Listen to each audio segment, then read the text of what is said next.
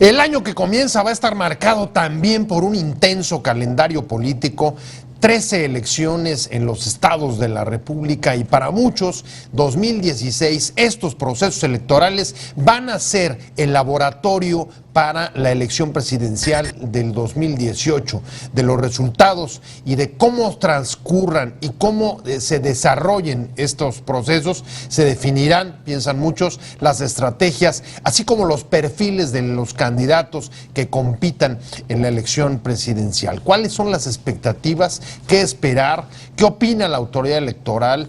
¿Cómo ve el abultado calendario que tiene enfrente? De eso vamos a hablar hoy aquí con un académico y un consejero electoral. Soy José Buendía. Gracias por estar con nosotros en este programa en el que todas las ideas se pueden cuestionar siempre que se debatan. Recuerde que puede mandarme sus puntos de vista, sus comentarios por Twitter, @José_Buendía_MX, y acompáñame a ver algunos datos de contexto para venir aquí a nuestro foro a tener nuestro debate de hoy.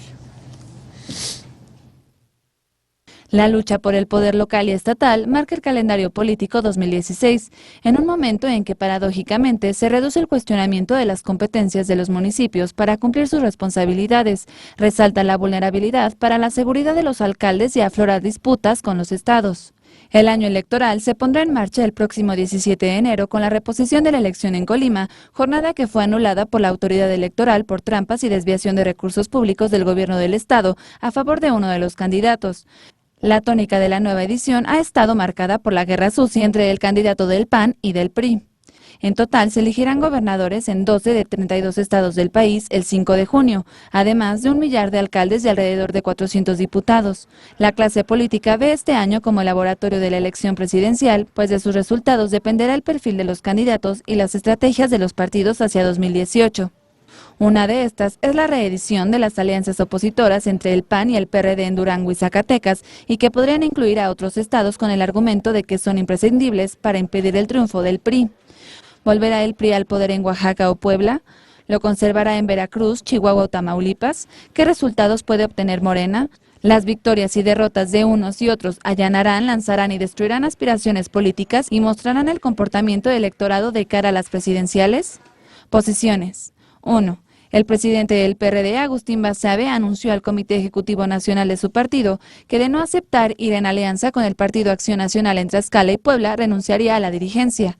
Si no va a Tlaxcala, no va a Puebla. Es mi posición irreductible y si ustedes cambian esto, tiene toda libertad de hacerlo, pero yo renuncio a la presidencia del PRD, así se los digo, expresó según un audio filtrado en una reunión privada con el CEN perredista. 2. El dirigente nacional del PRI, Manlio Fabio Beltrones, lamentó que en México se den las catafixias entre los partidos políticos, es decir, que el PRD se entregue al PAN, que es su contradictorio adversario, simplemente para intentar ganar unas elecciones, y que luego ellos, los perredistas, les corresponden el favor en algún otro estado. La pérdida de identidad de los partidos políticos por su obsesión de ganar elecciones cuando saben que por sí solos son incapaces de hacerlo, los está debilitando y provocan que aparezcan los candidatos independientes, agregó. 3. El candidato del PAN al gobierno de Colima, Jorge Luis Preciado Rodríguez, sostuvo que la única propuesta del candidato del PRI, Ignacio Peralta, es la guerra sucia, y señaló que su estrategia se basa en la compra del voto y la intimidación a la gente a través del aparato judicial y de la seguridad pública. 4. En videos difundidos en YouTube y Twitter, se acusa a Preciado por un presunto uso de recursos públicos para organizar fiestas, comprar casas y vehículos de lujo, también viajar en aviones privados, así como una supuesta trata de personas en hoteles de paso, al parecer de su propiedad. Lucha por el poder local en México, como veo en los datos anteriores, eso es lo que va a ocurrir en 2016 a partir de este 17 de enero, elección que se repone de la anulada en Colima, y luego vendrán 12 procesos electorales, se renovarán cerca de mil alcaldías, además de otros 400 más o menos puestos en los congresos locales. Vamos a entrarle a esta discusión que seguramente va a marcar la actualidad de 2016, va a ser uno de los asuntos que permanentemente estará siendo un factor de análisis y de, digamos, de decisión respecto de los incluso acontecimientos económicos o sociales que se vayan produciendo durante el año. Y para discutirlo nos interesa sobre todo, o comenzando por ¿Cuál y cómo está la autoridad electoral, el Instituto Nacional Electoral, frente a este reto que en buena medida ellos tienen que conducir, organizar y conducir?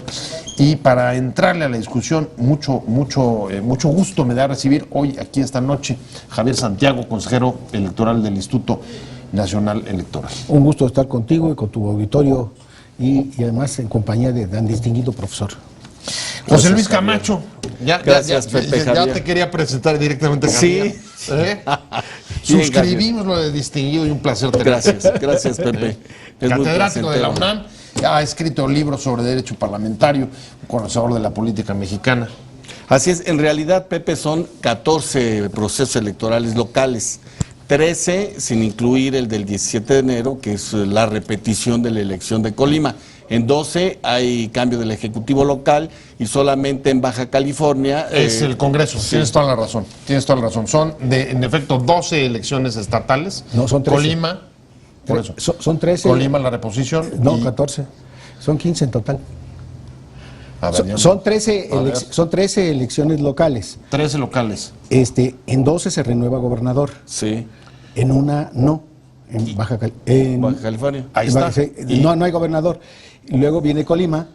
Sería reposición. 14. 14. Y 15 la del DF. Ah, bueno, esa sí, perdón. Esa te estás adelantando porque entiendo que el proceso de aprobación en los estados todavía no concluye. No concluye, Sí. pero Va a concluir, pero no ha concluido. va a concluir. Se va a realizar en tiempo y forma, ya verán. Bueno, ya le entraste directamente al toro, entonces comienzo contigo, Javier. A ver, a todas luces, la coincidencia que hay sobre los comentarios que hemos estado leyendo en casi todos los editoriales de prensa esta semana es 2016, el laboratorio de la elección presidencial, es la lucha por el poder local en el país. Se va a modificar, digamos, el mapa, o se puede modificar el mapa político de un tercio del territorio, se va a pelear, digamos, en el terreno, palmo a palmo. Y la primera pregunta que salta es: ¿y cómo está la autoridad electoral? ¿Cómo la sientes? ¿Cómo la ves, digamos, tratando de hacer un balance objetivo para organizar y conducir este proceso? Ahora sí, vamos por partes. Según vienes. la técnica del carnicero, por partes. Exacto. Primero, Técnica del carnicero. el proceso electoral de Colima va caminando desde el punto de vista organizativo. Se está dando. Mañana viajarán a Colima el presidente de la comisión encargada de la organización del debate a tener reuniones preparatorias. El fin de semana estaremos otros consejeros por allá también, el día previo al debate y luego en el debate. Y eso camina organizativamente, ahí va. Digamos, es con el bocado con el cual abrimos el apetito electoral de este año. Ajá. Luego vienen los otros 13 procesos que ya están iniciados todos, están caminando, pero sí hay retos, o sea, tenemos experiencia en este trabajo, pero sí es un reto instalar 54.023 casillas. Hay que capacitar a 216,000 ciudadanos que van a ser funcionarios de esas casillas. Hay que contratar a 11,035 capacitadores y a 1,874 supervisores, que además a su vez hay que capacitarlos para que ellos capaciten a los ciudadanos. Es un ejército. ¿Sí? Sí, o sea, en México la organización de las elecciones es masiva. Entonces, pero eso camina. ¿Es más IVA? Camina. También. Camina. En México es masiva, de masa. Sí, está claro. Está claro. Pero también hay retos novedosos. El caso del Distrito Federal, del constituyente del Distrito Federal, es un reto. Es que lo organizarían ustedes. Lo vamos a organizar nosotros y obviamente no existe prácticamente normatividad. Creo que las cosas hay que decirlas y llamarlas por su nombre. Me parece que en el aspecto operativo la reforma tiene muchos vacíos, es insuficiente. Y nuevamente, pues el INE tendrá que regular y normar una gran cantidad de aspectos operativos de esta elección, que es inédita. Ahorita me voy a meter a los retos y a las insuficiencias, ya, sobre bueno. todo cuáles señalarías que son las tres principales. Pero déjame preguntarle a José Adelante. Luis Camacho rápidamente. Tú metes el tema de Colima, Javier dice organizativamente está bien, está organizado, no hay problema, está caminando, el debate va. Sin embargo, también hemos visto una campaña que, después de haber sido anulada la elección pasada, se caracteriza nuevamente, José Luis, por ser una campaña, digamos, de guerra sucia, en la que los candidatos en YouTube, en Twitter, se lanzan por ahí un montón de videos acusándose de las cosas más inauditas, incluso tratas, pagar fiestas y cosas con dinero público, o el candidato de Movimiento Ciudadano, que ha resurgido en esta reposición de la Unión, al que se le señala no sé cuántas cosas de un presunto accidente en el que muere una persona, en fin. No me quiero extender en el detalle, pero está. Fíjate que yo estoy de acuerdo en lo que dice Javier, va todo marchando muy bien, pero en principio es una gran pena que de nueva cuenta los ciudadanos de Colima sean convocados para una elección que ya la habían realizado el 7 de junio, los ciudadanos de toda la República tenemos que pagar con recursos de nueva cuenta el proceso de campaña y lo que cuesta llevar a cabo una elección. Javier es experto en eso. No, pero lo acaba y sabe de decir, que son acaba de decir muchos un poco, recursos masiva. ¿Cuánto significa eso? Masiva. Por eso decía, si era más Sí, claro. ambas. Entonces, esa es una pena en realidad. La razón por la que haya sido, si intervinieron autoridades o no intervinieron, es una pena y es reprochable para quien lo haya hecho. Segundo, qué bueno que hay un acuerdo por parte de la autoridad y los partidos políticos la aceptaron como debe de ser y se convocó en el nuevo proceso a partir del 11 de noviembre y ya el próximo domingo habrá elecciones y seguramente esperamos todos que se respete la decisión ciudadana y esa misma noche pues el triunfador salga y el contrario lo reconozca. A ver, pero sí me preocupa, porque, a ver, todos deseamos eso desde hace 25 años, que el que pierda reconozca el resultado, aunque sea por un solo voto. Pero desde hoy estamos viendo, Javier, ya algunos señalamientos, por ejemplo, el candidato del PAN, Preciado, diciendo, aquí se está tejiendo un fraude porque hay movilización y compra de votos y no sé qué y no sé cuánto. Lo mismo están diciendo los otros. A ver, me preocupa, estamos regresando nuevamente a las viejas denuncias de fraude que creíamos, digamos, superadas. Yo creo que hay un problema profundo que tiene causas también profundas, que tiene que ver con que la cultura política no ha ido la transformación de la cultura política no ha ido al ritmo de las transformaciones normativas y de la actividad institucional en la organización de las elecciones. Creo que hay un atraso en la cultura política porque no se acepta la derrota. Digo, nadie pierde en este país, es una historia bien sabida. Y anticipan acciones. Yo lo que puedo afirmar categóricamente es que los mecanismos fraudulentos de carácter tradicional, históricos, el famoso carrusel, las urnas embarazadas, todos esos los que peinamos canas conocimos. Compra y coacción del voto. Entonces, esos ya no se pueden hacer. Esos mecanismos tradicionales. El asunto del clientelismo electoral, hay que decirlo también con franqueza, que tire la primera piedra el que esté libre de pecado, o sea, todos lo practican. Es lamentable, en un país con la pobreza que existe en el nuestro, pues eso va a suceder, sí, eso viola la ley, eso es delito. El problema es de que en el ámbito jurídico hay que probar, y eso es lo más difícil. Bueno, José Luis, yo creo que en eso estamos de acuerdo. Totalmente. Clientelismo, para decirle a nuestro auditorio con toda claridad, aquí lo que proponemos es simplemente decir, es condenable porque es lucrar con la pobreza de la gente con fines electorales. Pero, a ver, esa clase de delitos de los que está hablando Javier, digamos que no solamente no son nuevos, sino que en muchos casos, como él mismo señala, quedan un poco impunes. Fíjate. ¿Cómo afecta eso, digamos, a la autoridad electoral y a la imagen de las instituciones del país? Pero por supuesto que sí afecta, pero dice Javier algo muy cierto. No es lo mismo en México de hoy que hace 25 años. Ha habido una transformación, se ha elevado la cultura política de los ciudadanos para bien, hay una mayor... Pero no del todo, no de la los clase actores. político. No de los Es actores. probable que no de la Es clase probable política. que la clase política se haya retrasado más Pero- que la propia ciudadanía, y esto tenga algo de explicación. Es probable que sí, pero no todos los partidos no reconocen sus triunfos. Hay muchos partidos o hay varios partidos que no les gusta reconocer cuando pierden.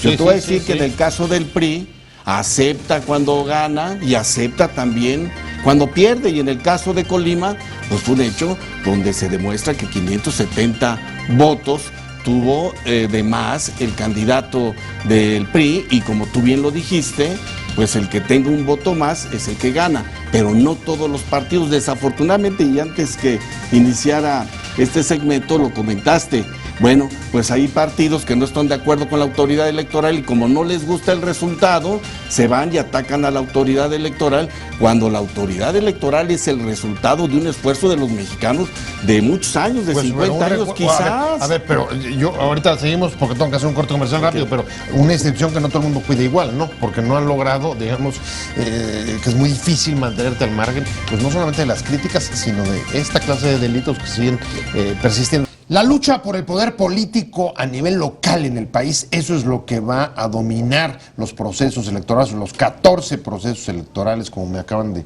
señalar hace un momento en el primer bloque, que habrán de celebrarse en los estados de la República y el Distrito Federal, si se aprueba finalmente la reforma constitucional, que seguramente así será. Pero se producen, como usted sabe, también en un momento complicado, porque también se revela la mayor vulnerabilidad que hay a nivel local respecto de temas como la violencia política que se acaba de vivir, en el caso de Temisco, la ejecución de la alcaldesa, y la revelación también, Javier Santiago, José Luis Camacho, de la mayor, digamos, vulnerabilidad en términos de capacidades de las instituciones locales, no solamente el municipio, sino también los estados. Tú decías, hay retos que no resolvió la reforma electoral, y quiero saber cuáles crees que pasen por justamente la mayor vulnerabilidad a la violencia y, digamos, la falta de capacidades institucionales en ese nivel.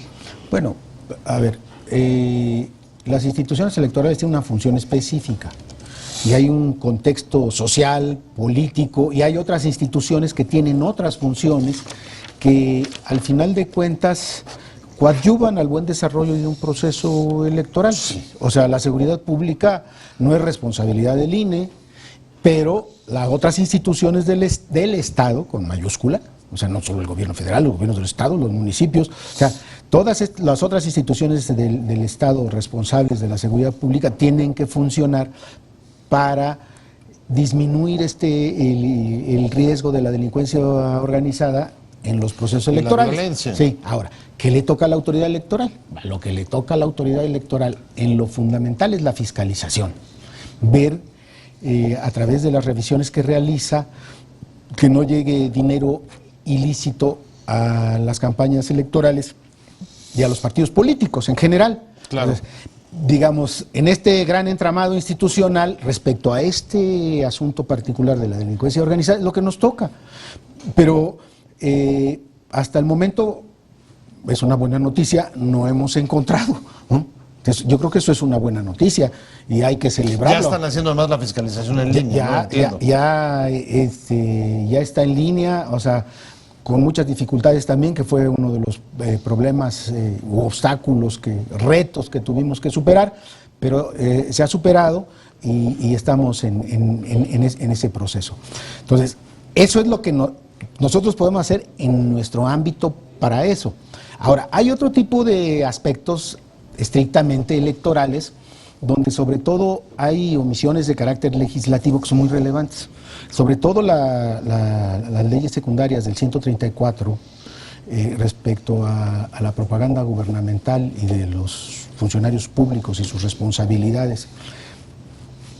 Hay una omisión legislativa que ya lleva Pues años. ahí seguimos teniendo vacíos. Ahí tenemos, dice vacíos, Vacíos y falta de tipificación clara. Claro. Además hay otra cosa que... A ver, dame un ejemplo de las consecuencias de la falta de claridad en este a ver, ordenamiento. ha colocado al INE en una confrontación con las autoridades o con funcionarios de distintos niveles de gobierno, derivado de que no existe normatividad, y entonces nosotros cuando nos llega una queja hemos ido interpretar y hemos ido construyendo criterios que a veces el tribunal nos los ha validado y a veces nos los ha corregido, pero son cuestiones que deberían de estar en ley. Porque no hay norma expresa. No hay norma expresa. Debería de haber la norma expresa de la falta y la sanción que se debiera de aplicar. Y creo que aquí hay una deficiencia institucional importante. Hasta donde mis conocimientos del sistema jurídico mexicano llegan, y si no, que aquí el profesor me corrija. Ahorita vamos, mira, ya está preparando, ahorita vamos para allá. Mira, la autoridad de la materia es la que sanciona administrativamente.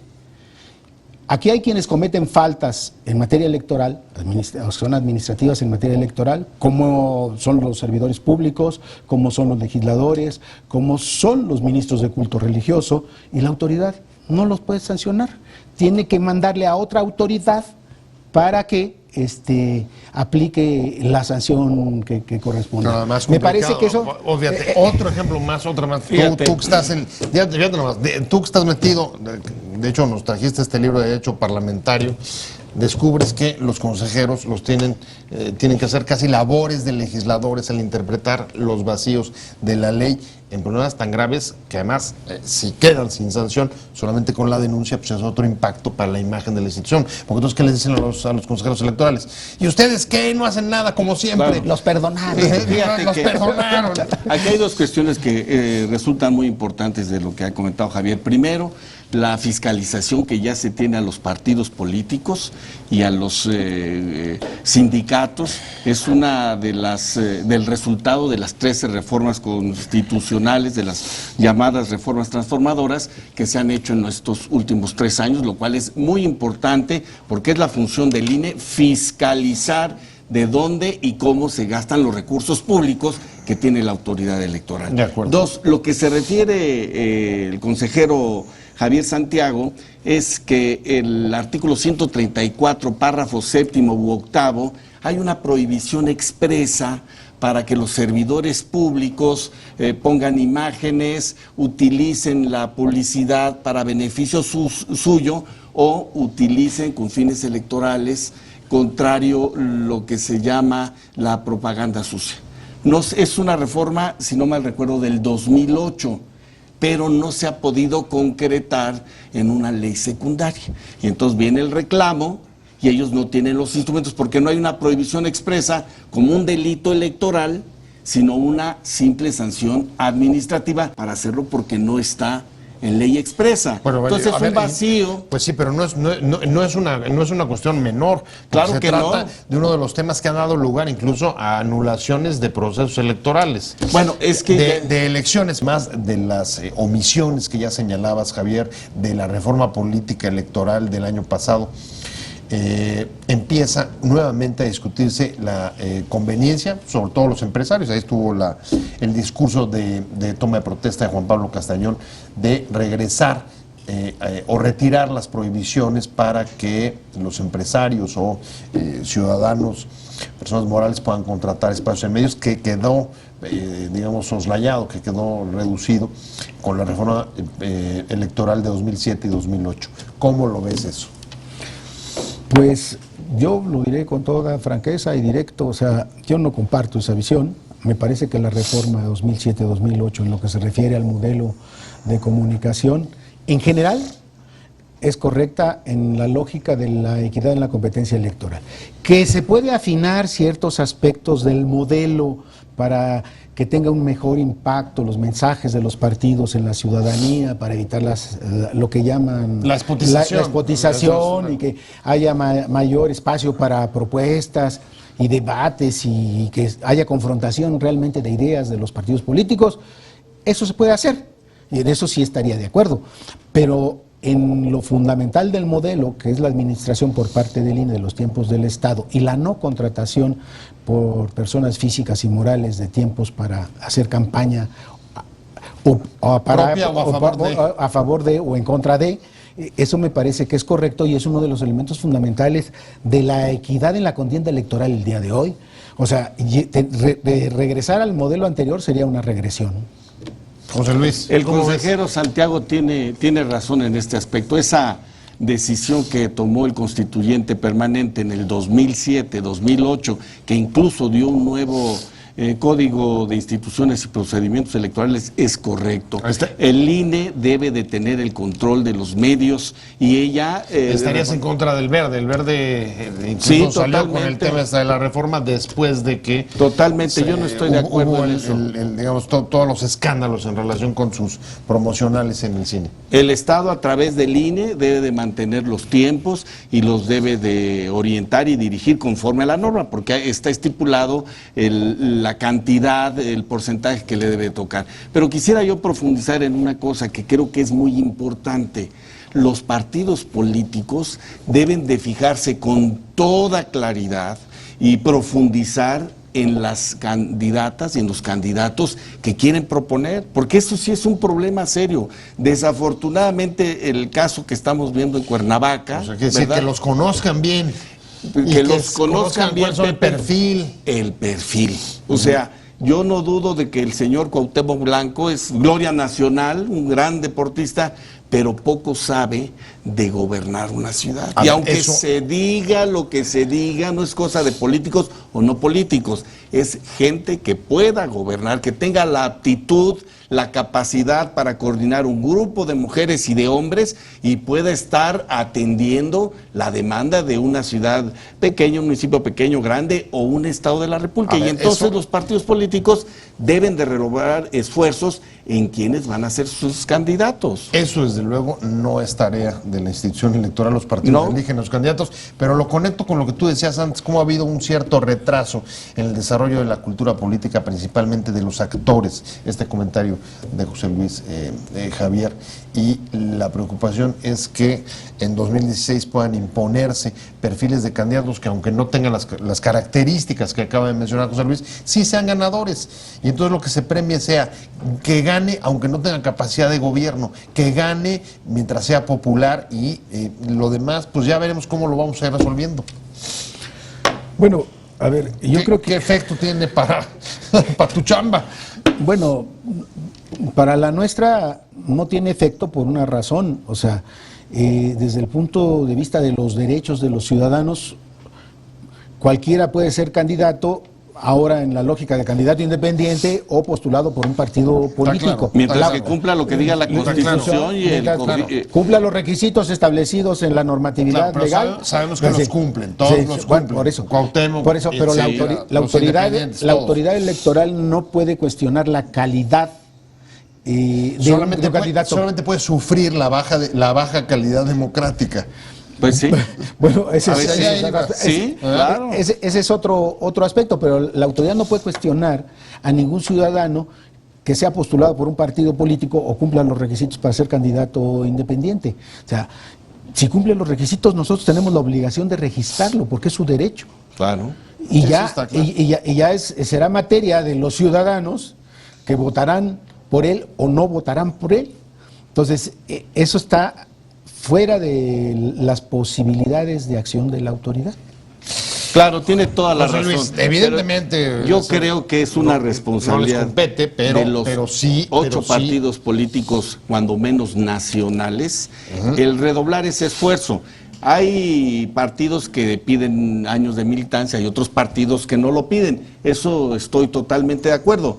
Pero sí debiese haber una responsabilidad para elegir a alguien que sepa, que tenga sensibilidad, cuando menos que sea un hombre prudente, que en lugar de llevar y hacer todo un relajo como está sucediendo, ponga orden, ponga paz, haya armonía, haya diálogo que eso sí le importa a la sociedad, a la ciudadanía. Entonces, creo que esa es una responsabilidad que ayudaría mucho en lo que estabas comentando acerca del 134. No hay provisión expresa, pero sí los partidos políticos deben de fijar las bases para que haya mujeres y hombres con talento, ahora que ya hay obligación expresa constitucional para que el 50% sean mujeres y el 50% sean hombres. Voy hacia la recta final del programa y me quiero ir, digamos que en términos positivos, porque estamos empezando el live.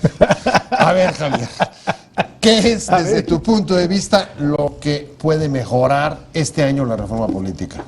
¿Qué sugerirías tú para mejorar los vacíos con los que, de las reglas del juego con los que vas a jugar? Bueno, la primera sería lo del 134. Lo del 134 es sumamente relevante. Y yo creo que a la autoridad electoral se le debe de dar la atribución de sancionar de manera directa a quienes violen las normas administrativamente. Las cuestiones penales están en otro terreno, eso no le corresponde a la autoridad administrativa electoral. Ese es un aspecto relevante. Hay algunos aspectos particulares, mejorar el modelo de comunicación política. Yo creo que habría que hacer el esfuerzo porque eso contribuiría pues al debate, al debate de ideas, a la confrontación de ideas. La despotización es una cuestión que no se resolvió porque no eleva la calidad del debate. A que los ciudadanos conozcan los proyectos que los partidos plantean o los candidatos independientes, pero que realmente haya un debate. Ahora hay una serie de... ¿Y en la relación con y de coordinación entre el INE y estados y municipios? También hay cuestiones de que hay que afinar esta... Con los soples. Con los institutos electorales de los estados. Yo me resisto un poco a llamarles soples. Entonces, con estos institutos electorales, porque existen, porque tienen funciones muy relevantes, pero también hay vacíos en la relación que debemos de tener entre ellos y nosotros. Y hay problemas políticos importantes. El presupuesto no es un problema financiero, es un problema político. Pues hay estados donde los congresos, junto con sus gobernadores, pues no satisfacen las necesidades presupuestales de los institutos locales, y eso es un problema, va a ser un problema para el nuevo sistema electoral. Te voy a poner un ejemplo, nada más pongo un ejemplo. El servicio profesional electoral, eso tiene un costo. Claro. Y es un mandato constitucional, y los gobernadores o los congresos que no proporcionan recursos a los institutos electorales para que cumplan con estas obligaciones, estarán violando la Constitución. A ver, sigue habiendo cierto control de los gobernadores a través del manejo de los recursos de los órganos estatales para no aterrizar en ningún calificativo más. Me está yendo el tiempo. Yo solamente quería precisar que es asunto de competencia, porque las elecciones que vienen este año son locales y hay regulación local. De lo que tú hablas es la federal, que se llevó a cabo el año pasado y que no volverá a estar en funciones hasta el 2018. Así es. Y creo que sí debe de precisarse eso de nombrar las autoridades. Yo me estoy yendo. Muchas gracias, José Luis Camacho. Muchas gracias, Javier Santiago. Pero sobre todo...